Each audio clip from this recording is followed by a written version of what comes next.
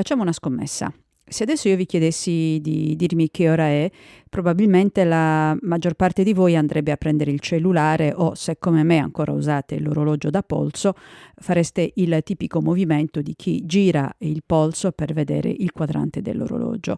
E scommetto anche che nessuno di voi andrebbe a controllare questo sito che sto guardando in questo istante, che si chiama Earth Clock, orologio terrestre. È divertente perché funziona, immagino, con delle immagini satellitari che sono state precaricate e funziona così. Immaginate 5 quadrati sul vostro schermo, perché è un sito internet, e in ogni quadrato c'è un'immagine tratta da Google Earth.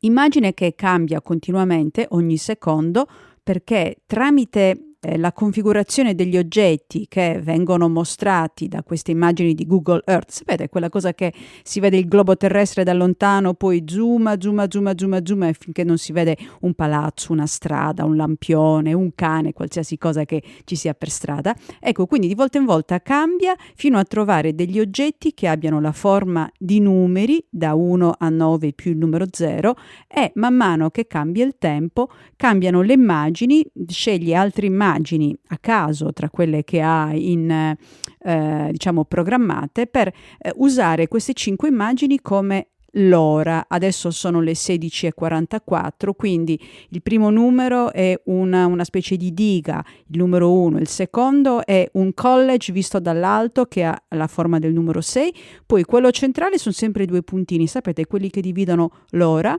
Poi qua non riesco a capire che ora sia, dovrebbe essere 4, però non si capisce benissimo, è un labirinto di strade. E invece 5 si capisce benissimo, è un posto a Washington visto dall'alto, dei palazzi che formano il numero 5. E così di seguito, quindi voi non dovete fare niente, non dovete ricaricare la pagina perché si ricarica da sola. E vi fa vedere tutte queste cose qua.